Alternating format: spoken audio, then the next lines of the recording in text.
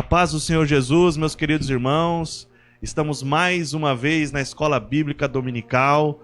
Eu quero agradecer você pela oportunidade de entrar no seu lar essa manhã, de podermos meditarmos em mais uma lição da Escola Bíblica. Você está sintonizado na Igreja Assembleia de Deus, Ministério no Ipiranga, a congregação de Macatuba 2. Eu quero pedir a você que feche os seus olhos comigo. Vamos fazer uma oração para iniciar a Escola Bíblica. Senhor, nós te agradecemos, nós te damos graça pela tua infinita bondade, pelo teu amor e pela tua misericórdia. Senhor, nos permita, nesta manhã, termos êxito em meditar na tua palavra. Senhor, fale conosco. Senhor, fale com os teus filhos nesta manhã. Que cada lar, que cada irmão, que cada irmã seja edificado, exortado, admoestado e consolado pela tua palavra. Em nome de Jesus. Amém. Amém. Antes de começarmos aqui a fazer a nossa introdução, quero dar um bem-vindo ao querido irmão Natal. Nosso irmão Natal é o superintendente da nossa escola bíblica aqui da congregação de Macatuba 2 e por motivos de trabalho ele quase nunca consegue estar encaixando a agenda e hoje Deus proveu que você estivesse aqui. Meu muito obrigado por poder participar dessa aula conosco. Meus queridos irmãos, veja bem, nós estamos no segundo trimestre de 2020 e o segundo trimestre ele está tratando da carta de Paulo aos Efésios. Nós tivemos aqui todo um enfoque na igreja eleita, né? A igreja que foi redimida pelo sangue de Cristo e selada no Espírito Santo da promessa. Nós estamos na lição de número 4. Nós lemos, já lecionamos, na verdade, a lição de número 1, que foi uma introdução da carta de Paulo aos Efésios. Falamos um pouco do contexto cultural, histórico, geográfico, filosófico e religioso da igreja de Éfeso, né? De onde Paulo escreve, qual é a saudação que ele faz aos seus destinatários. Depois a irmã Fabiana veio falando da sublimidade das bênçãos espirituais em Cristo. E no último domingo pegamos um assunto aí bastante interessante, que é eleição e predestinação. Muito bem, passadas essas 3 aulas, nós vamos para a aula de hoje, que o título da aula é a iluminação espiritual do crente. A iluminação espiritual do crente, lição de número 4, e eu quero convidar você para abrir a sua Bíblia. Vamos para a Bíblia, vamos para a palavra do Senhor. Abra a sua Bíblia na carta de Paulo aos Efésios, no primeiro capítulo da carta de Paulo. Nós vamos fazer uma leitura do versículo 15 até o 23. Mas antes, porém, eu quero convidar você para louvar o nome do Senhor. Fica com a Bíblia aí no jeito, abra sua harpa também, porque nós vamos cantar um hino da harpa cristã. É o hino de número 491. Vamos adorar o Senhor.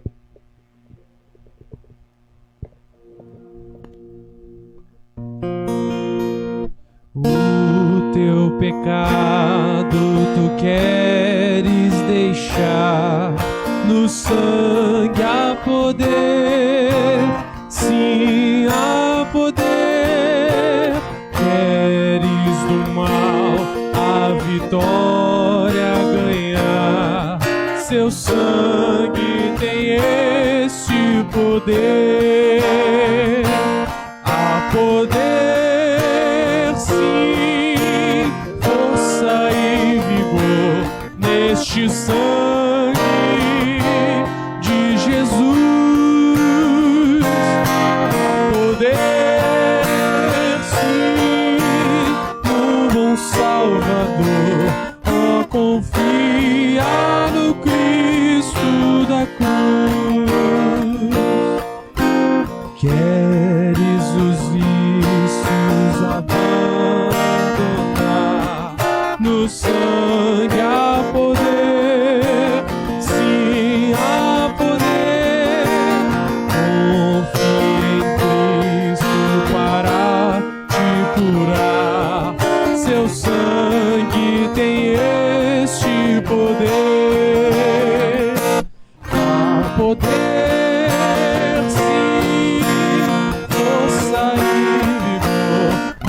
neste sangue de Jesus,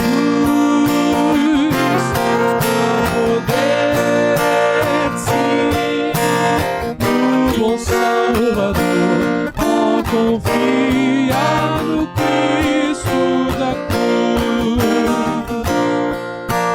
Ó, paralítico, queres andar no sangue, há poder, sim, há poder para fazer-te também caminhar.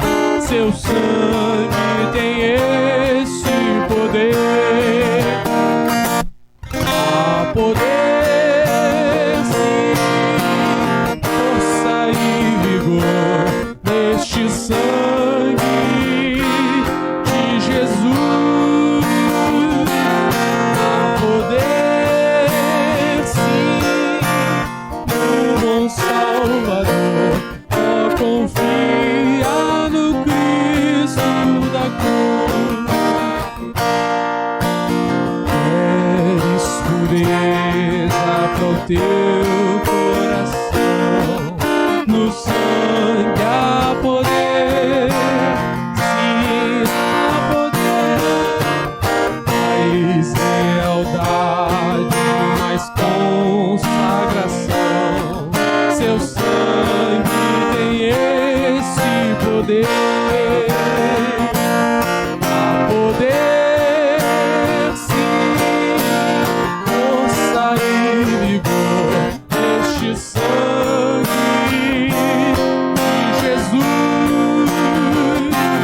Há poder, sim, no bom Salvador. Ó, confia no Cristo da cruz. Queres de Cristo a mensagem levar, no sangue há poder, sim, há poder. Os anjos na glória cantar, seu sangue tem esse poder. Há poder, sim, força e vigor neste sangue de Jesus. Há poder, sim, no bom Salvador. Ó, confia no Cristo da cruz.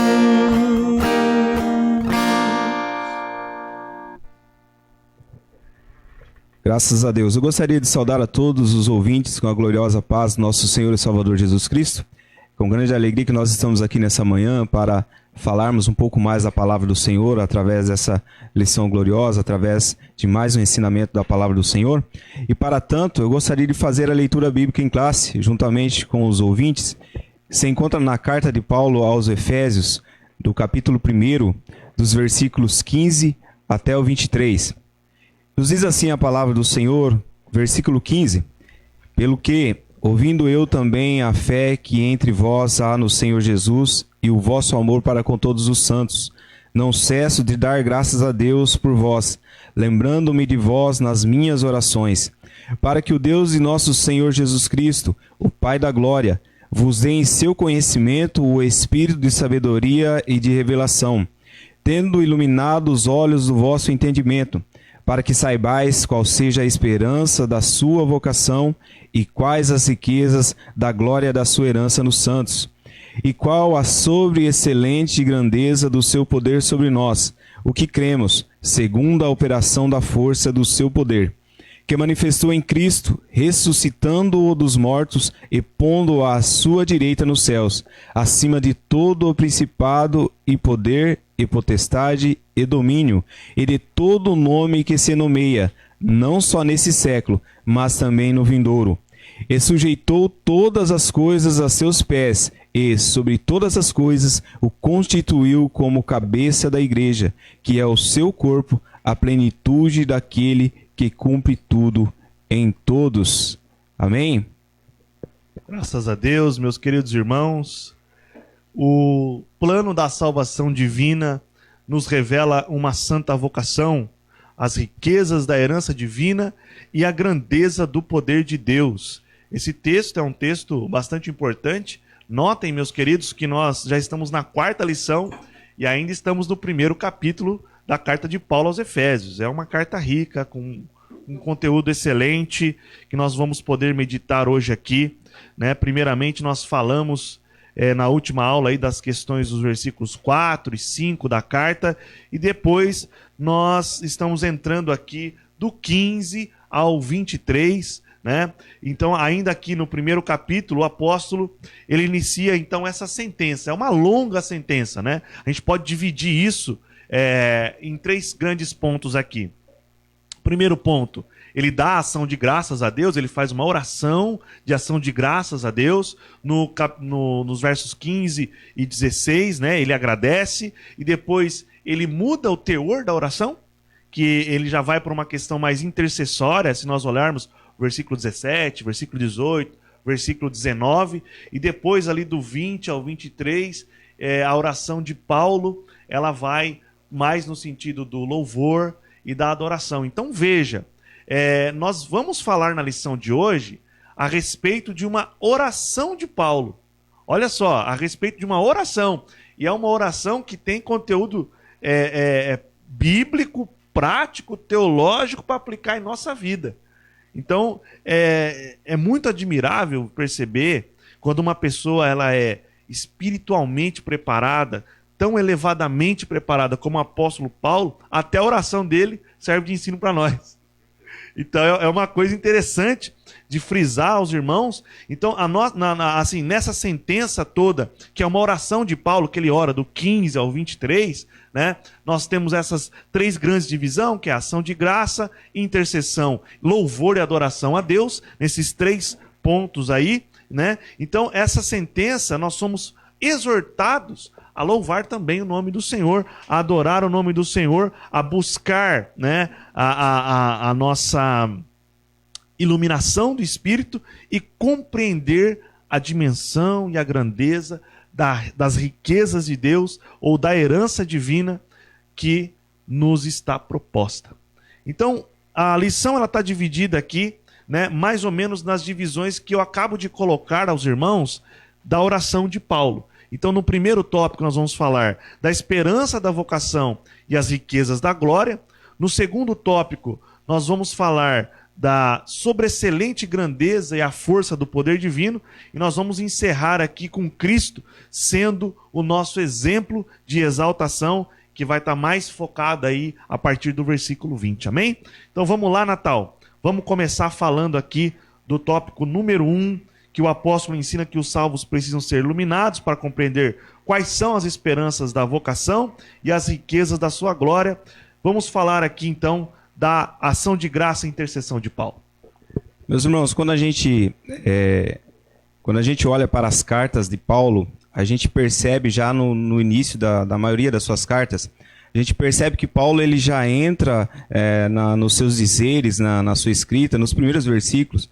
Paulo já faz, então, um agradecimento, ele já faz uma ação de graça por tudo aquilo que o Senhor lhe tem proporcionado, tem falado a ele, tem proporcionado para a vida dele. Então isso fica bem claro o quanto Deus operava na vida de Paulo e através da sua vida. A gente percebe também já no início da carta de Paulo aos Efésios que ele agradece a Deus, ele faz uma oração agradecendo ao Senhor, e isso, na verdade, deve ser realmente o nosso dia a dia, né? Realmente agradecer a Deus por tudo aquilo que ele tem nos feito, e Paulo aqui, nos dando também o exemplo, não é diferente. Então ele começa os primeiros versículos fazendo uma oração, agradecendo a Deus por tudo aquilo que Deus tem feito por ele. E a partir desse momento, Paulo então começa a interceder pelos crentes, a interceder por aqueles que haveriam de receber a palavra, de receber o evangelho e de serem convertidos ao evangelho do Senhor. Paulo, ele deixa claro que o povo crente, cristão, aquele que aceita Jesus, é o povo mais rico da face dessa terra. Porque é como se fosse realmente um pacote completo.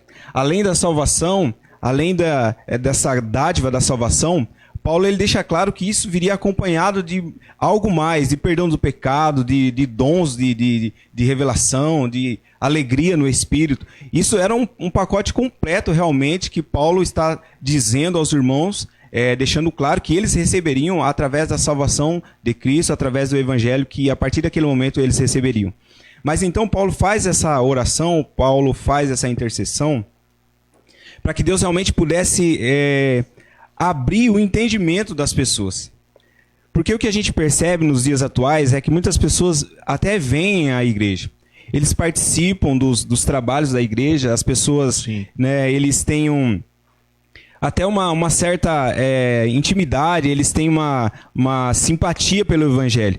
Mas, ao fundo, eles não conhecem verdadeiramente o seu chamado.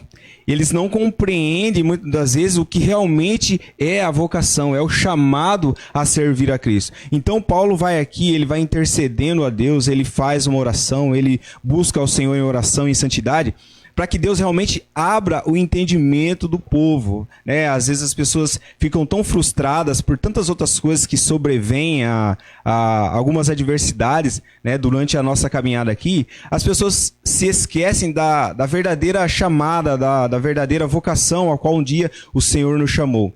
Então, Paulo vai aqui orando para que Deus esclareça realmente o entendimento das pessoas, porque independente das circunstâncias, aquilo que nós somos chamados, nós somos vocacionados, todas as riquezas, tudo aquilo que Deus nos proporcionou é muito maior, é muito grande. Então, nós devemos realmente estar baseados nisso, realmente firmados naquilo que realmente Deus fez por nós e ainda continuará fazendo. Então, é essa a intercessão que Paulo faz, né, realmente para que Deus pudesse abrir o nosso entendimento, para que nós realmente entendêssemos quais eram as riquezas que Deus havia proporcionado para os crentes e aqueles que realmente, com o tempo, pudessem acrescentar a verdadeira igreja do Senhor.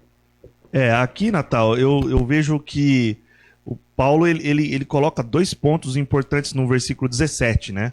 O versículo 17 ele fala assim: para que o Deus de nosso Senhor Jesus Cristo, o Pai da Glória, vos dê em seu conhecimento 2 coisas. Primeiro, o espírito de sabedoria. O que me remete a essa questão do espírito de sabedoria, né? Me remete ao discernimento. Me remete ao desacortinar a visão espiritual do crente. Porque o que acontece?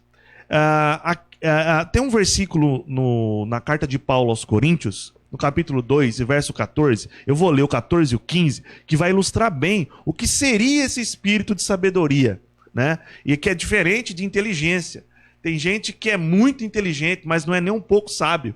E tem gente que não é gênio nenhum, mas vive com sabedoria. Então o espírito de sabedoria que Paulo se refere aqui, é que só é possível você perceber a glória das boas novas do Evangelho, as riquezas espirituais que existem em Cristo, se os seus olhos, os olhos do seu conhecimento...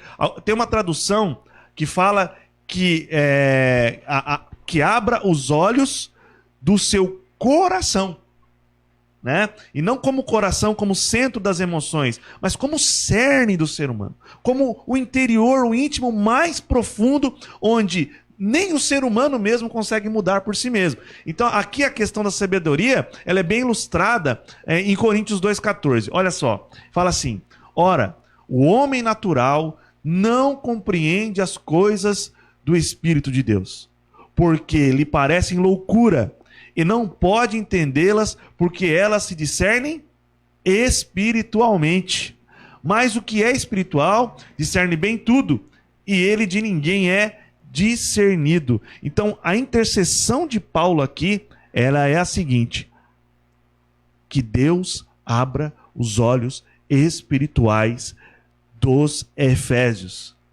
E isso serve para nós. Com certeza. Né? Que Deus abra os nossos olhos espirituais. Significa dizer que por si só é impossível a um homem ter pleno conhecimento de Deus. Já visto, igual você comentou, Denilson, que às vezes a gente conhece muitas pessoas que são extremamente intelectuais, são pessoas, né, que possuem um conhecimento humano exemplar, porém não consegue identificar realmente o poder de Deus, a verdadeira ação do Espírito Santo do Senhor sobre a palavra, se o Espírito verdadeiramente não vos revelar, não dá a ele esse entendimento. Essa capacidade de Essa entender. capacidade de entendimento, porque esse entendimento ele não vem com o intelecto humano, mas Não vem. sim através do discernimento espiritual que é concedido pelo Espírito Santo de Deus. Isso é por isso que a Bíblia fala que o evangelho de Deus é loucura para os que perecem. E tem uma coisa interessante aqui, né? Esse espírito de sabedoria, ele está para o que crê. Para o que não crê, ele precisa primeiro crer, abraçar com essa fé, para que então seja revestido desse espírito de sabedoria. E aí Paulo complementa aqui, né, dizendo de sabedoria, espírito de sabedoria e de revelação. Aqui tem um outro aspecto do conhecimento de Deus, né, do conhecimento da riqueza, né, da herança de Deus, que é o principal tema aqui dessa lição, que é a questão da revelação. E quando ele fala revelação aqui, ele não está falando... Como que eu posso explicar isso aqui, Natal? Tem gente que entende que revelação confunde esse versículo com o dom de revelação, né? Não é o dom de revelação, irmãos. Aqui está falando do desacortinar, do rasgar do véu das regiões celestiais. Como isso? Né? Através do que Deus revelou. O que é que Deus revelou para nós? A sua palavra. Exatamente. Então, a palavra de Deus está revelada a nós para que, uma vez que os nossos olhos, o nosso entendimento, o nosso conhecimento, através do Espírito Santo de Deus, nos dá o espírito de sabedoria, nós consigamos ler a Bíblia e ela falar conosco, e nós entendermos ela, e nós entendermos a mente de Deus, e nós nos aprofundarmos em Deus, e nós estarmos em Deus, como diz o profeta Oséias: conheçamos e prossigamos em conhecer a Deus. Nós não conhecemos Deus plenamente, mas existe em nós o espírito de sabedoria que nos revela através da palavra a fórmula para que a cada dia nós conheçamos Deus até conhecer Ele na eternidade. Exatamente. E se a gente for entrar nesse assunto, a gente percebe que a gente vai longe, né? Deus, ele, pela sua infinita misericórdia, ele consegue, através do seu Espírito, ele transmitir a sua vontade, a sua palavra, desde do mais sábio ao menos entendido. Então, esse poder, ele é tão grandioso, ele é tão, de uma forma fenomenal, que ele consegue atingir a todas as classes, seja elas das maiores até as menores, desde que haja um coração voltado, um coração com fé, um coração que crê realmente na palavra. Aí, através do Espírito Santo de Deus, ele consegue equalizar todas essas diferenças, humanamente falando, e consegue transmitir a sua vontade a todos, sem exceção. Isso é uma coisa linda, né? Isso aí é bênção de Deus. Muito bem. Eu acho que aqui nós já falamos o suficiente aqui, né, Natal, da questão da intercessão de Paulo, pelo que... Só um último parênteses aqui. Percebe que Paulo, quando ele ora pelos irmãos da igreja de Éfeso, ele não pede nada além daquilo que é espiritual.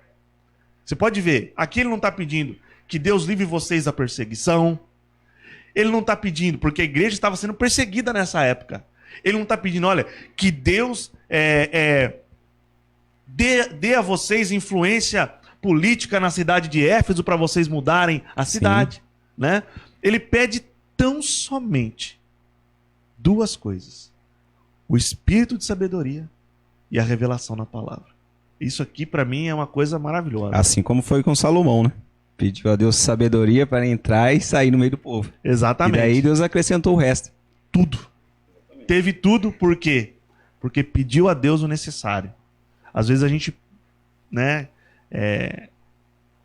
quer mais, né? Às vezes a gente está vestido com os óculos, Natal, da ótica humana só. A gente não coloca o óculos da ótica divina.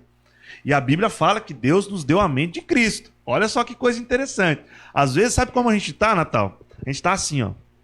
Imagina que nós estamos lá há anos antes de Cristo. Você é o profeta Eliseu e eu sou Geazi. Eu acordo de manhã, né? Apronto todas as coisas pro meu senhor, profeta. Bem lembrado. Né? Vou lá na janela, abro a janela, um exército fenomenal dos sírios cercando toda a casa, só esperando o profeta sair para acabar com a vida dele. Aí eu tô vestido com os óculos da ótica humana, os óculos de Geazi, não tenho espírito de sabedoria, não tenho espírito da revelação da palavra. O que eu faço? Eu entro em desespero. Natal, pelo amor de Deus, olha o que está acontecendo aqui. Aí vem o profeta, aqui na nossa ilustração, fala: Senhor, abre os olhos do menino. Exatamente. Aí desacortina o véu, ele vê carros, cavalos de fogo, protegendo o seu servo, protegendo o servo de Deus. Então a oração de Paulo aqui, ela tem um viés espiritual, está vestindo as lentes de Deus para interceder pelo povo. Não pede prosperidade financeira, não pede que as pessoas se enriqueçam. O olhar de Paulo não está na terra, está no céu. Amém, meus irmãos? Muito bem. Natal, eu vou entrar aqui na questão da esperança da vocação, que é o versículo, nós esgotamos aqui o 17, né? Nós vamos falar um pouco do versículo de número 18, que é a esperança da vocação. O versículo 18 fala: tendo iluminado os olhos do vosso entendimento, para que saibais qual seja a esperança da sua vocação e quais as riquezas da glória da sua herança nos santos. Muito bem, meus irmãos. Veja bem, Natal.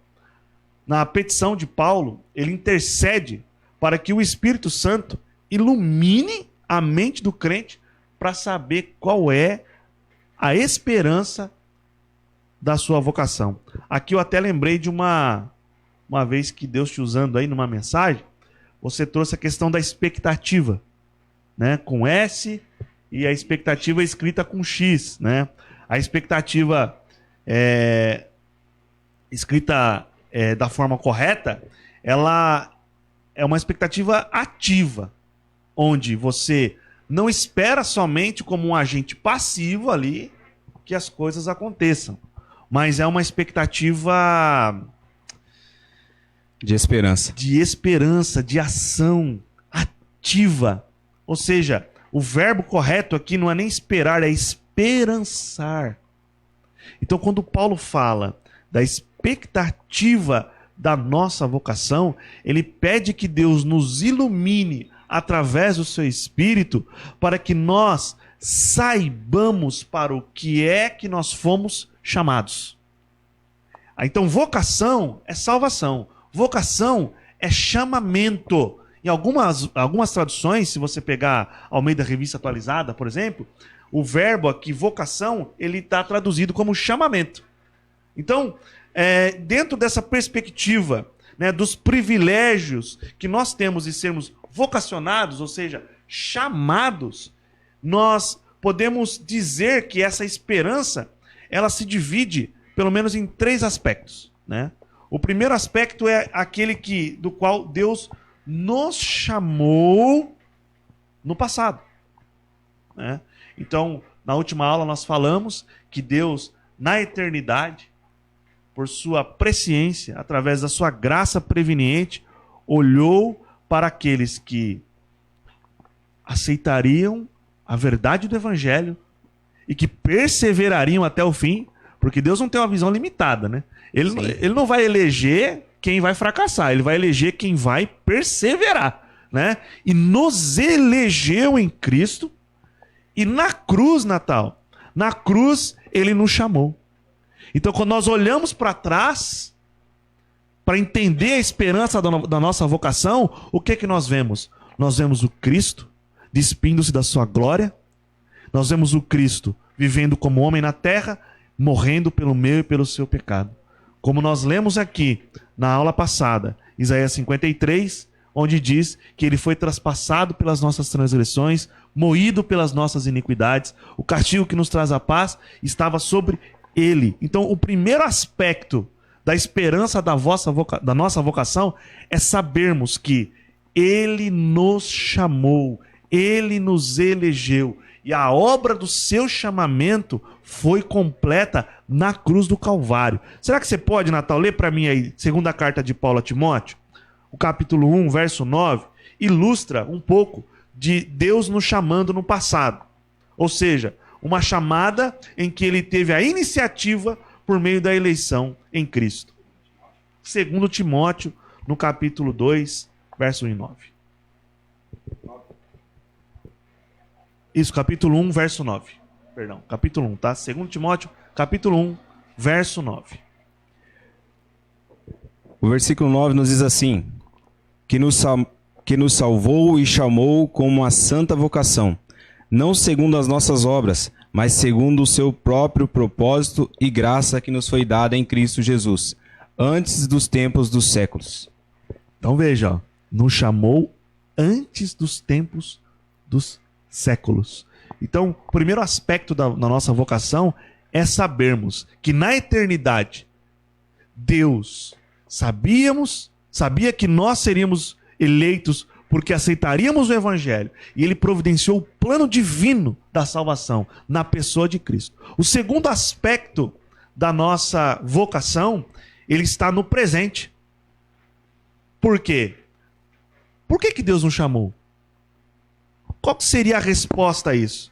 Nós vimos a resposta disso na aula, na segunda aula desse trimestre, que fala a respeito do porquê que Deus nos chamou para servir e santificarmos no presente.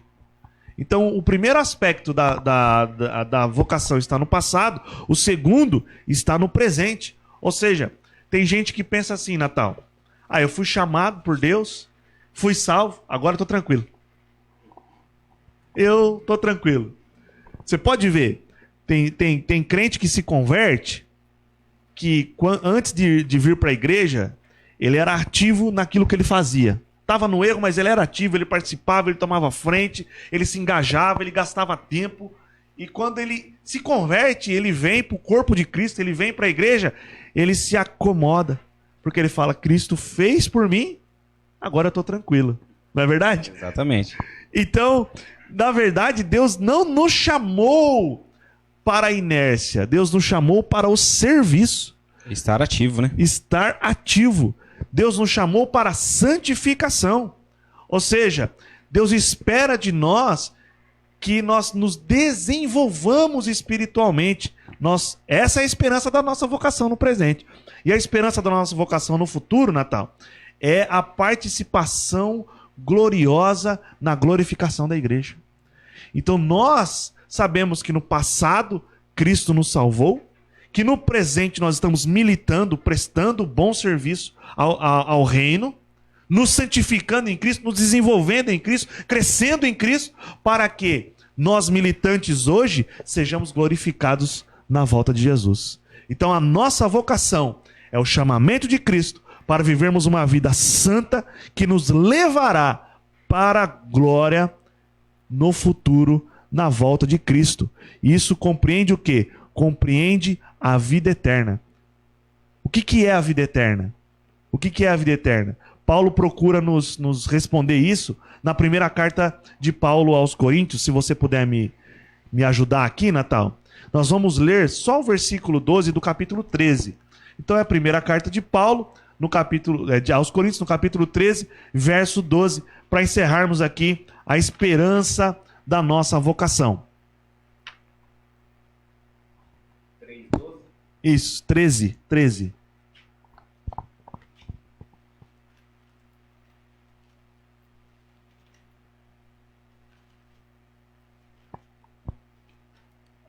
E 12 nos diz assim: porque agora vemos por espelho em enigma, mas então veremos face a face. Agora conheço em parte, mas então conhecerei como também sou conhecido. Glória a Deus. Graças a Deus. Então há uma esperança. A esperança da nossa vocação é a vida eterna.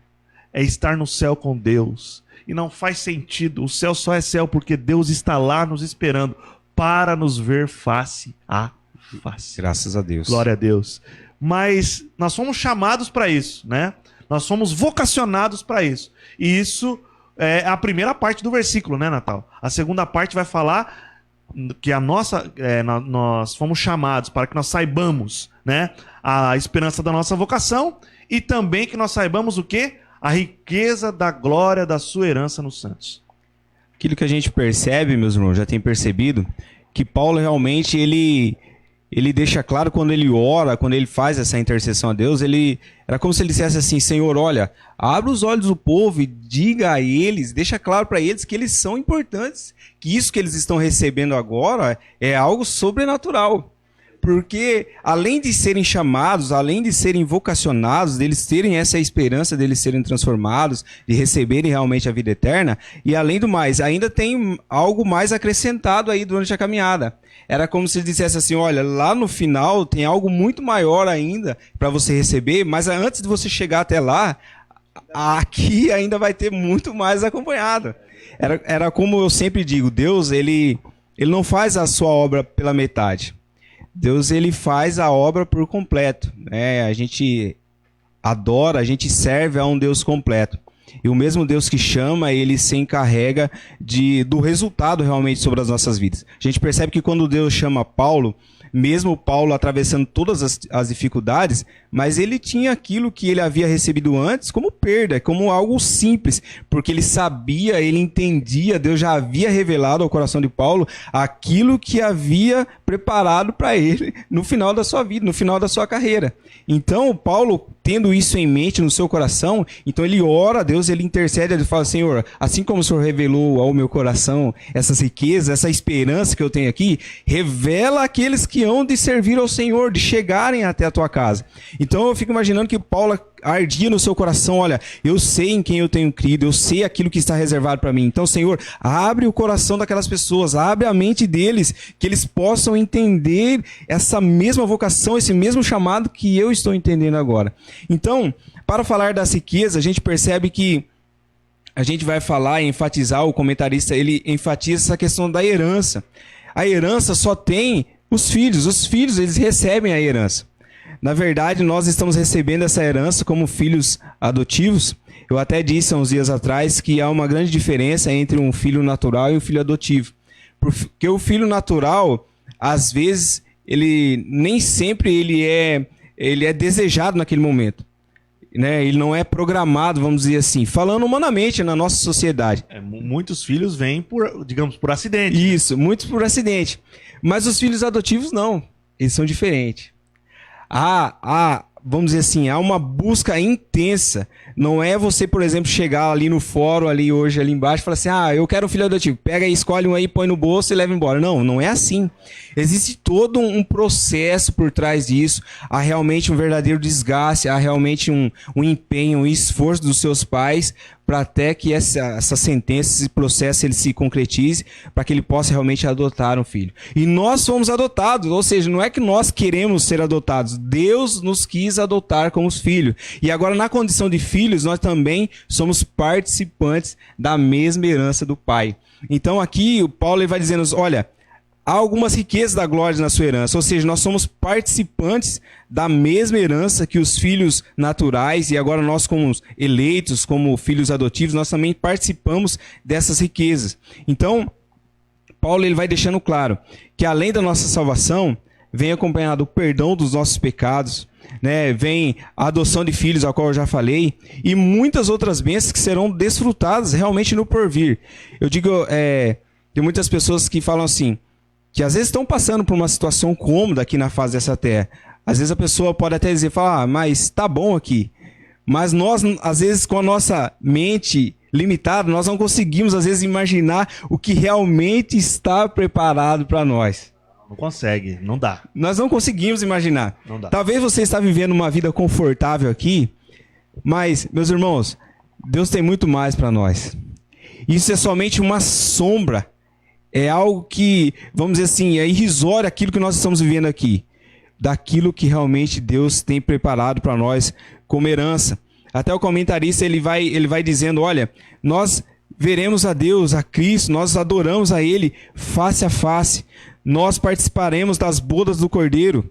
nós realmente tomaremos posse da nossa herança naquele dia e nada se compara àquilo que nós estivermos vivendo aqui. Ou bem ou mal, não há nada que possa comparar com aquilo que realmente está preparado para aquele grande dia. Então vamos realmente perseverar, vamos viver realmente, tentar viver a oração que Paulo fez, para que Deus possa realmente iluminar a nossa mente, abrir o nosso entendimento, para que nós possamos, vivendo bem ou mal aqui na face dessa terra, possamos ter realmente essa expectativa, essa esperança dessas riquezas que está realmente preparada para nós enquanto condição de igreja aqui na face da terra.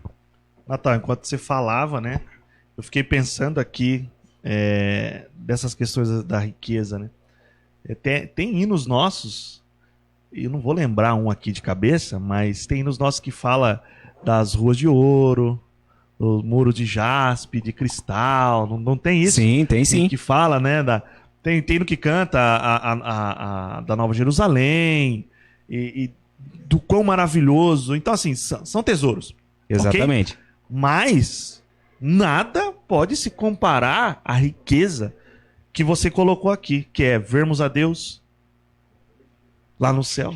Vai ter coisa mais importante que isso? De forma alguma. Vermos a Cristo. As outras coisas serão somente detalhes. Eu acho que sim. Eu acho que quando nós chegarmos na presença dele, todo o esplendor de sua glória, vê-lo face a face, vai colocar todo o restante como... vamos ver, mas vamos ver depois, sabe? Como pano de fundo. Como pano de fundo, né? Não, isso aqui é consequência de quem ele é, mas não, eu não vou ficar lá, nossa, tem ouro aqui no chão, não sei se vai ser isso, mas, enfim, o ponto é que a maior riqueza nossa é Cristo. Eu acho que quando fala da riqueza da glória, da maior herança, é Deus ter dado o seu Filho, né? Para que nós pudéssemos ser cordeiros com ele, né? Sem dúvida. Sermos participantes. Participar. Essa questão que você falou da adoção que quando você vai adotar... Não tem adoção por acidente. Não. Não tem, né? Tem que ter um esforço. Tem que ter um esforço. Você tem que querer. Tem que desejar. E depois você passa por um processo para conseguir adotar aquela criança e tê-la em teu coração como se você a tivesse gerado. Com certeza. É um negócio forte isso aqui, essa ilustração aqui, né? É bem forte, irmãos. Olha, só quero deixar um versículo para ilustrar essa questão da riqueza. Carta de Paulo aos Colossenses 1:27. Diz assim, ó: aos quais Deus quis fazer conhecer quais são as riquezas da glória deste mistério entre os gentios, no caso nós, que é Cristo em vós, esperança da glória. A riqueza de Deus é Cristo em nós, a esperança da glória. Muito bem. Muito bem, meus irmãos. Aqui a gente encerra o primeiro tópico, né? Vamos falar agora sobre a sobreexcelente graça, ou melhor, a sobreexcelente grandeza e força do poder divino, né? O poder imensurável de Deus. Pode tocar, irmão Natal. O tópico 2 assim como o nosso irmão Denilson disse, Paulo, então, ele vem tentando explicar, né? Ele diz assim: o poder divino é imensurável e nada pode detê-lo. Em sua carta, Paulo se esmera no esforço de traduzir a grandiosidade e a eficácia desse poder que opera em favor dos crentes. Na verdade, Paulo ele emprega um esforço, por mais que ele conhecesse esse poder, que ele tivesse entendimento, que ele tivesse essa experiência, mas ele, com a sua limitação humana, com as suas palavras, ele não ia conseguir, na sua plenitude, na sua totalidade, ele não ia conseguir transmitir às pessoas esse poder de Deus, né? Ele não ia conseguir transmitir na sua plenitude. Então ele orava para Deus, para que Deus pudesse abrir o entendimento do povo, para que eles pudessem, pelo menos em partes, entender realmente esse poder de Deus. E ele, quando está escrito nesse versículo que fala sobre a excelente grandeza do seu poder, que é no versículo 19, que fala assim: qual a sobre-excelente, em outras traduções quer dizer um poder extraordinário, ou seja, ele não é algo que é algo comum. Quando a gente participa de umas, vamos dizer assim, para a gente entender, uma reunião ordinária é algo que a gente já sabe o que vai acontecer. a gente já sabe qual que vamos dizer assim, a pauta daquela reunião, daquele encontro, é algo ordinário. Mas quando é algo extraordinário, a gente não sabe o que vai acontecer, ou seja, é algo totalmente diferente, é algo inesperado. Então, em umas tradições, ele diz que esse poder, ele é extraordinário, ou seja, que não é conhecido, que ele vai além do nosso entendimento. Não dá para alcançar com a mente humana. Não dá para alcançar com a mente humana. Então, é desse poder que Paulo aqui, ele, como diz o comentarista da lição, que ele se esmera, ou seja, ele emprega esforço, realmente ele busca tentar explicar ao povo a respeito desse poder. Em outra expressão, ele diz realmente, quer dizer, megetos, grandeza, ou seja, ele objetiva enaltecer a magnitude do poder de Deus, que a tudo sobrepuja, ou seja, que é acima de todas as coisas, que é além daquilo que a gente conhece, né, que tem um poder sobrenatural, que é algo fora realmente de medida, que a gente não consegue realmente medir através do nosso conhecimento humano. Então é esse poder quem opera sobre as nossas vidas, opera na vida das pessoas. E logicamente com a nossa mente humana realmente limitada, ainda que os seres humanos são inteligentes, às vezes a gente olha para tudo que acontece na sociedade, principalmente na área da tecnologia, a gente percebe o quão o ser humano ele tem caminhado, ele tem se expandido, mas mesmo assim essa sabedoria ela é limitada. E toda essa tecnologia, todo esse conhecimento humano, ele não é páreo, ele é realmente submisso ao grande poder de Deus. Esse poder de Deus que ele consegue convencer o pecador do pecado, transformar a vida dele, esclarecer a sua mente, né, realmente colocar no seu coração que realmente só através de Deus é que ele pode ter realmente o entendimento da palavra e alcançar a salvação. É desse poder que eu estou comentando aqui nesse tópico.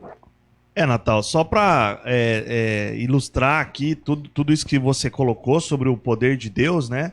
É interessante, o poder de Deus, esse é o único poder capaz, ou seja, somente o maior dos poderes é capaz de realizar a transformação no coração do homem. Exatamente. Olha como é que o nosso coração é ruim. É duro. Não tem filosofia, não tem ciência, não tem religiosidade, não tem intelectualidade que possa mudar o coração e a natureza do homem. Só esse poder que você disse que é extraordinário, que é sobrepujante, que é o poder, aqui ele fala também, fora de medida, né, que você falou, que é capaz de transformar o coração do homem. É por isso que na pregação do evangelho a gente tem que estar imbuído, né, de buscar que a presença de Deus esteja, que nós preguemos cheios do Espírito Santo para que Deus haja no teu poder. Exatamente. De convencer os corações. Olha que Paulo fala na primeira carta de Paulo aos Coríntios, no capítulo 2 e no verso 4, ele fala: a minha palavra e a minha pregação não consistiram em palavras persuasivas de sabedoria humana, mas em demonstração do Espírito e de poder. É esse poder aqui. Exatamente. É o poder que convence o homem do pecado. Poder que convence o homem do pecado. Exatamente. Aí aqui, Natal, ele dá uma prosseguida, né, nesse mesmo versículo, que se nós olharmos, ele fala do que você falou, da sobreexcelente grandeza do seu poder sobre nós, os que cremos. Veja bem, irmãos, o poder de Deus, a sobreexcelente grandeza do poder de Deus, ela está sobre a igreja, porque ela está só sobre quem crê. Então é bom nós percebermos o poder de Deus que opera em nós.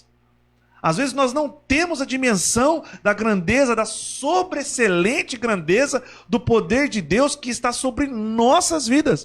E nós ficamos amedrontados, com medo das provas, com medo dos problemas, com medo das situações, com medo da economia, com medo da saúde. Tudo isso é perigoso, tudo isso pode nos levar a dificuldades em nossas vidas, mas há um poder de uma sobreexcelente grandeza que está sobre nós, os que cremos. Olha isso, Natal. Na verdade, às vezes nós nos esquecemos que somos igreja do Senhor. Exato. A menina dos olhos dele, a noiva de Cristo. Exatamente. Às vezes, meus irmãos, a religiosidade, ela toma conta do nosso coração, né? As circunstâncias adversas fazem com que as pernas às vezes tremam diante da situação adversa. E a gente se esquece que nós somos igreja do Senhor, guardadas pelo seu poder, desse poder sobre excelente que nós estamos dizendo aqui. Nós fazemos, enquanto igreja, nós fazemos parte, estamos debaixo desse poder, guardados pelo poder do Deus Todo-Poderoso, que é soberano, que guarda a sua igreja. E nós, enquanto fazemos parte dessa igreja, nós estamos realmente guardados debaixo desse poder soberano. Então a riqueza da nossa herança, a esperança da nossa vocação, ela só é possível mediante esse poder extraordinário, sobrepujante e fora de medida. Sem dúvida. Muito bom, muito bom. Graças a Deus. Irmãos, e na parte 2 do versículo aqui, o apóstolo fala que segundo a operação da força do seu poder. Ele utiliza aqui pelo menos 3 adjetivos, né, para poder, né? O primeiro deles é na operação. A palavra operação aqui, traduzida, né, vem do grego energeia, que quer dizer eficácia, ou seja, o poder de Deus ele é eficaz. Esses tempos, há muitos anos atrás, aí, enquanto estava na faculdade, os professores estavam nos ensinando a diferença entre eficiência e eficácia, né? A eficiência é a melhor forma de fazer, a eficácia é o resultado, ou seja, ser eficaz é atingir o propósito.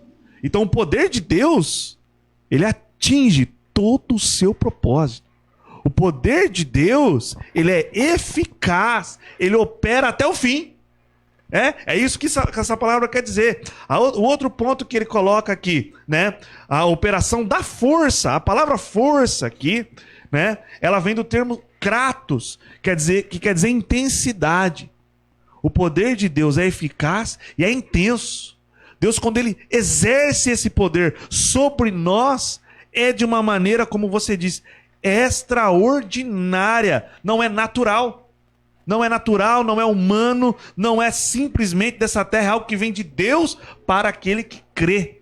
E por fim, ele usa um outro ponto aqui, que é a palavra força do seu poder. Essa força do seu poder aqui, a palavra poder no final, ela é ixos, que indica o quê? Um poder inerente de Deus. O que demonstra que o poder é um atributo de Deus. Ele é inerente da própria natureza de Deus. Deus não buscou um poder para passar a nós. Ele é o Todo-Poderoso que opera em nós a sobreexcelente grandeza do seu poder. Nós, os que cremos com força, né? Com eficácia, com intensidade, para que nós possamos cumprir todo o seu propósito aqui na terra. Logo, Natal, a gente pode perceber aqui que a associação desses conceitos, né, revelam a potência ou o poder potencial de Deus, né? E Paulo começa aqui já depois do versículo 19, no versículo 20, a nos apresentar os exemplos irrefutáveis da força desse poder, que é aqui já no tópico 3, que nós vamos entrar aqui mostrando Cristo como nosso exemplo de exaltação, né? Meus irmãos, a gente percebe então que Paulo, assim como o nosso irmão Deus falou, ele vai nos dar aí alguns exemplos, né? No tópico 3, ele fala assim, ó, nesse ponto veremos 3 aspectos da exaltação de Cristo que atestam a grandiosidade do poder de Deus, disponível também aos crentes. Fala a respeito da ressurreição de Cristo, né? As primícias do que dorme. A gente percebe que Deus, ele, além dele falar do seu poder, ele revelar o seu poder, ele demonstra na prática. Então, nada mais, nada menos que ele demonstrou o seu grande poder no seu Filho, chamado Jesus Cristo de Nazaré. Né? A morte, ele não podia reter Jesus na sepultura, porque senão esse poder ficaria meio que duvidoso. Né? Limitado. Por mais que a morte ela tenha o seu poder sobre o ser humano, né? Até nós, na condição de seres humanos, nós podemos até temer a morte, mas ela já não tem mais poder sobre a igreja, porque ela não vai ficar limitado à morte. Então Deus ele prova o seu grande poder, principalmente quando ressuscita Jesus.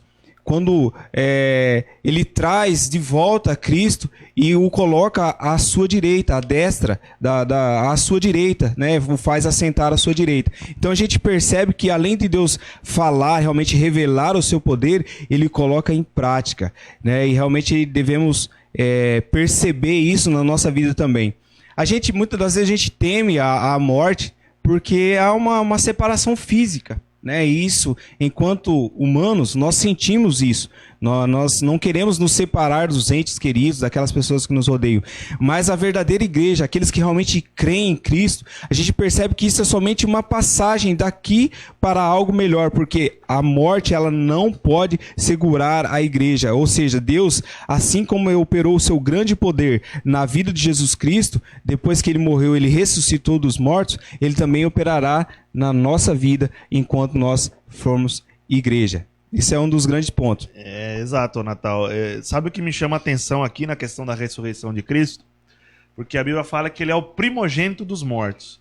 Aí você fala, mas como que ele é o primogênito? Como que ele é o primeiro? Se nós analisarmos as Escrituras, nós vamos ver que a Sunamita, o filho dela, foi ressuscitado. Então, como registro bíblico, ele foi o primeiro. Jesus ainda estava vivo. Tem o soldado que cai na cova onde está o esqueleto do profeta Eliseu e ressuscita. Mais um. A filha de Jairo, ressuscitada pelo próprio Jesus. Mais outro. Lázaro, ressuscitado por Jesus. Fala, mas peraí. Como que Deus está manifestando a sobreexcelência da grandeza do seu poder na ressurreição de Cristo se ele já tinha manifestado... Não tinha manifestado antes? Se já tinha ressuscitado outras pessoas? Existem registros bíblicos disso? E tem uma diferença aqui. Por que que nesse caso Deus manifesta sobre a excelente grandeza do seu poder? É porque o filho da Sunamita ressuscitou, morreu de novo. Lázaro ressuscitou, morreu de novo. A filha do Jairo ressuscitou, morreu de novo. O soldado ressuscitou, morreu de novo. Cristo ressuscitou e está vivo. Graças a Deus. À destra de Deus. Então veja bem, o grande ponto da demonstração do poder de Deus é que Cristo ressuscitou num corpo preparado para a eternidade. Cristo ressuscitou num corpo incorruptível, cumprindo-se a profecia de que seu santo não veria a corrupção. Não teve o Natal, as bactérias, os fungos, a decomposição, não teve vez com Jesus. É essa demonstração da sobreexcelente grandeza do poder de Deus. É que ele ressuscitou, está à destra de Deus com o corpo que ele ressuscitou e viverá assim a eternidade. Isso aqui pra mim não tem preço, sabe? E aí quando você já puxou o gancho aqui do tópico 2, que é ele está assentado à direita de Deus, tem uma coisa interessante aqui, que é o quê? Cristo, quando ele é elevado, né, a Deus de novo, por que ele foi elevado a Deus? Se ele é Deus. Olha só, Cristo não foi Deus, virou homem e voltou a ser Deus. Cristo é Deus, ele sempre foi Deus. Sempre, na eternidade, ele já havia. O apóstolo Pedro fala que Cristo morreu por nós antes da fundação do mundo. O plano já estava traçado. O Pai planejou, o Filho executou, né? E o Espírito nos revela hoje esse plano. Sim. Então veja, por que Cristo estar à destra de Deus é uma demonstração da sobreexcelente grandeza do poder de Deus? É porque ele, primeiramente, humilhou-se a si mesmo. Ele esvaziou-se de sua glória.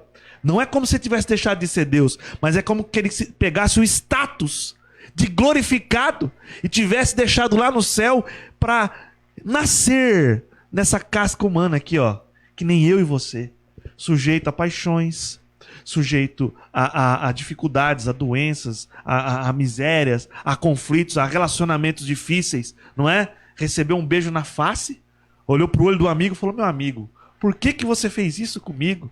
Olha, nessa casca humana, ele passou por tudo isso, cara.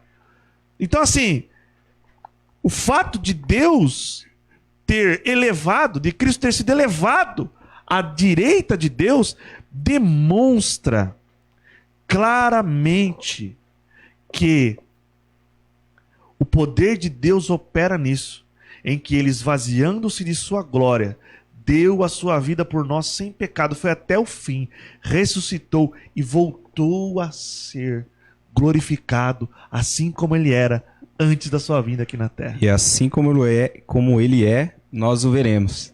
Rapaz, eu quero ver mesmo. A gente está falando da nossa esperança aqui, meus irmãos. A gente, com a nossa condição humana, a gente tenta exemplificar aquilo que realmente aconteceu e às vezes nós não conseguimos enxergar, vamos dizer assim, por completo. Mas assim como Jesus é, nós o veremos. Essa é a nossa esperança, essa é a nossa expectativa. Nós devemos ter isso no nosso coração ardente constantemente, porque tudo isso aqui vai passar. E nós vamos chegar a esse ponto. Essa data, ela está marcada. Talvez nós não sabemos, mas há um dia marcado para isso acontecer e a gente vê isso face a face, claramente, estarmos diante do Cordeiro e o adorarmos por toda a eternidade.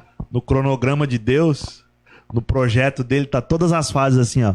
Essa aqui tá 100%, essa 100%, essa tá 100%, essa tá 50%, essa tá 70%. No final, a hora que ele fechar o projeto, vai estar tudo 100%, nós vamos estar lá na glória. Exatamente. Glória a Deus. Glória a Deus por isso.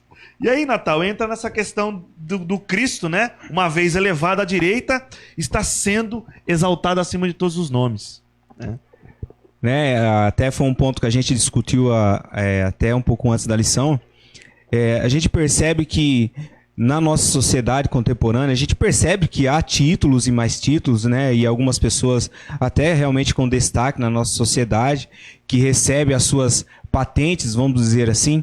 Mas, como nós já discutimos antes, a gente percebe que não importa qual seja a patente, não importa qual seja o grau de instrução, em qual hierarquia você esteja estabelecido ou a pessoa esteja estabelecido, não há nome que esteja superior ao nome de Cristo. Então o nome de Jesus, ele foi colocado sobre todo o domínio, sobre toda a potestade, sobre todo o poder. E aqui Paulo, ele traz essa questão dos principados e das potestades, porque eram termos judaicos bem conhecidos da época.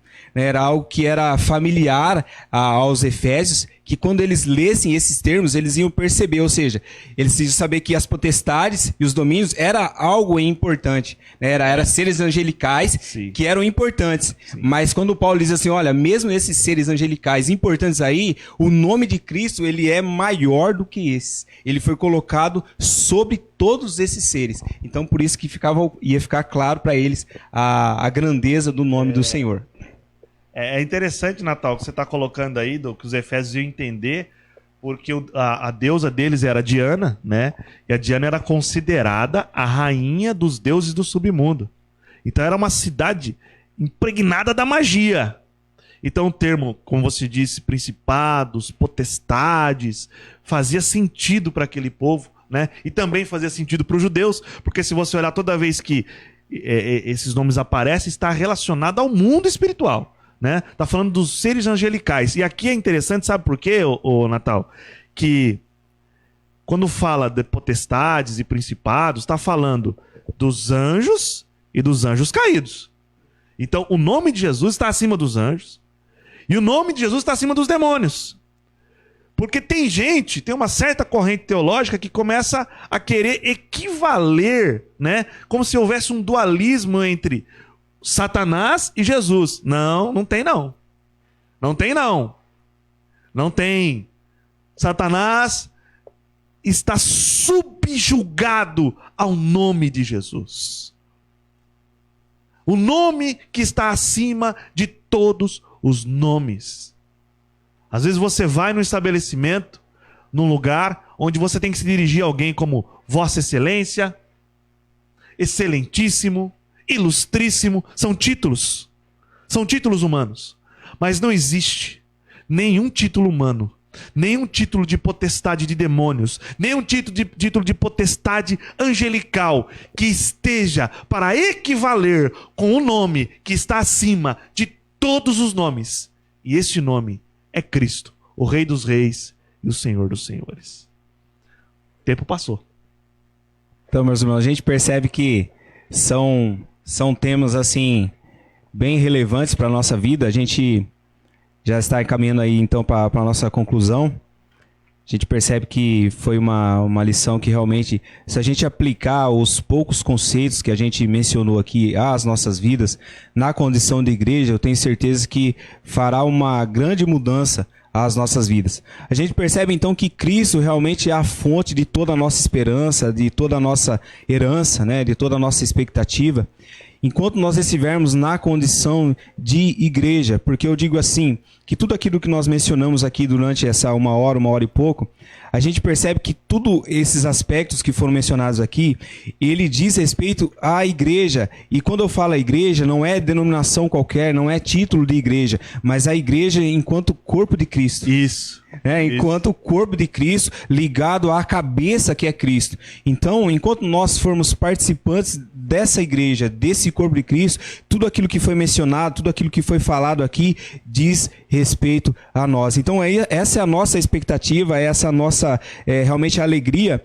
E, mais uma vez, eu gostaria de frisar que nós, enquanto igreja, somos o povo mais rico da terra. Somos o povo mais abençoados na face dessa terra. Natal, com os nossos olhos iluminados desse entendimento, aí a gente se sente rico, né? O problema é quando nós estamos com os olhos vendados, né? Só com o prisma humano. Mas quando a gente olha para o divino, não tem povo mais rico que a igreja mesmo, né? Sem sombra de dúvida. Então, aquilo que nós estamos discutindo aqui desde o início, essa deve ser a nossa expectativa. Porque, meus irmãos, mais cedo ou mais tarde, a nossa vida aqui terrena, ela vai se findar, né? Alguns mais cedo, outros mais tarde, mas há um tempo determinado aqui. Então há uma expectativa, há uma esperança. E essas heranças, essas dádivas, essa riqueza que realmente o Senhor, através do seu poder, da sua palavra, preparou, está reservado. Há um tesouro reservado para a sua igreja. Então que nós possamos realmente guardar essa palavra no nosso coração, guardar realmente essas dádivas, esses presentes que realmente o Senhor tem preparado para a sua igreja e ficar firmes, ficarmos na esperança, na expectativa que mais cedo ou mais tarde isso vai acontecer à sua igreja. Glória a Deus, glória a Deus. Eu quero encerrar aqui, Natal, só mencionando os 2 últimos versículos da nossa leitura bíblica de hoje, em que o apóstolo escreve: e sujeitou todas as coisas aos seus pés. Sobre todas as coisas, o constituiu como cabeça da igreja. Como você falou de falar do corpo, né? Aqui está o cabeça, Cristo, né? E da igreja, que é o seu corpo, a plenitude daquele que cumpre tudo em todos. Preste atenção aqui, irmão. Paulo fala que Deus demonstrou a sobreexcelente grandeza do seu poder, em que Cristo ressuscitou, em que ele assentou à destra do Pai, em que o nome dele está acima de todos os nomes, nesse século e no vindouro, e que ele sujeitou todas as coisas aos seus pés, e constituiu-se como cabeça da igreja. E a igreja é o seu corpo. E o que implica a igreja ser o corpo de Cristo? É que ela seja a plenitude daquele que cumpre tudo em todos. A plenitude de Cristo. Aqui na terra é a sua noiva. A plenitude de Cristo, ou seja, Cristo está completo aqui. A maneira de demonstrar Cristo a este mundo é através do seu corpo, através de você, através de mim. A sobreexcelente grandeza do poder de Deus será demonstrada para a humanidade. Amém? Vamos fazer uma oração? O senhor faz a oração e ministra a bênção, por favor. Meus irmãos, vamos orar agradecendo ao Senhor então por essa aula. Eu tenho certeza que as próximas aulas também serão abençoadoras às suas vidas. Então, não percam as próximas lições, né? Nós também teremos participações aí de algumas irmãs, né? De outros professores, que eu tenho certeza que essa dinâmica ela se faz necessária para o bom andamento da obra do Senhor. Mas à noite também nós teremos nosso culto, né? Às 19 horas, né? Nós teremos o culto, né? A nossa live como de costume. Participem, divulguem o nosso trabalho, né? O trabalho do Senhor, na verdade, porque eu tenho certeza que a palavra do Senhor ela vai alcançar cada vez mais pessoas e realizar aquilo que apraz ao coração do Senhor. Vamos orar agradecendo ao Senhor. Senhor nosso Deus, nosso Pai, nós te agradecemos, nós te glorificamos, nós te exaltamos por tudo aquilo que o Senhor tem nos feito e tem nos proporcionado através da sua palavra. Nós louvamos ao Senhor por esse tempo que passamos até aqui, falando um pouco mais da sua palavra, que essa palavra possa encontrar guarida no coração de muitas pessoas, fazendo aquilo que lhe apraz, aquilo que lhe agrada. Pai, abre realmente o nosso entendimento para que possamos verdadeiramente entender o quanto somos preciosos aos seus olhos, o quanto somos ricos, não humanamente falando, mas debaixo da graça, do poder e da proteção do teu doce Espírito Santo. Pai, continua direcionando os nossos passos para que em tudo o teu nome, Senhor, possa ser glorificado e exaltado. Senhor, abençoa aquelas pessoas que participaram, que ouviram essa palavra para a glória e louvor do teu nome. Assim nós oramos a ti e te agradecemos. Que o amor de Deus, a graça do nosso Senhor e Salvador Jesus Cristo, as doces e fiéis consolações do Espírito Santo de Deus, e seja com a amada igreja, não somente hoje, mas para todo sempre. Amém.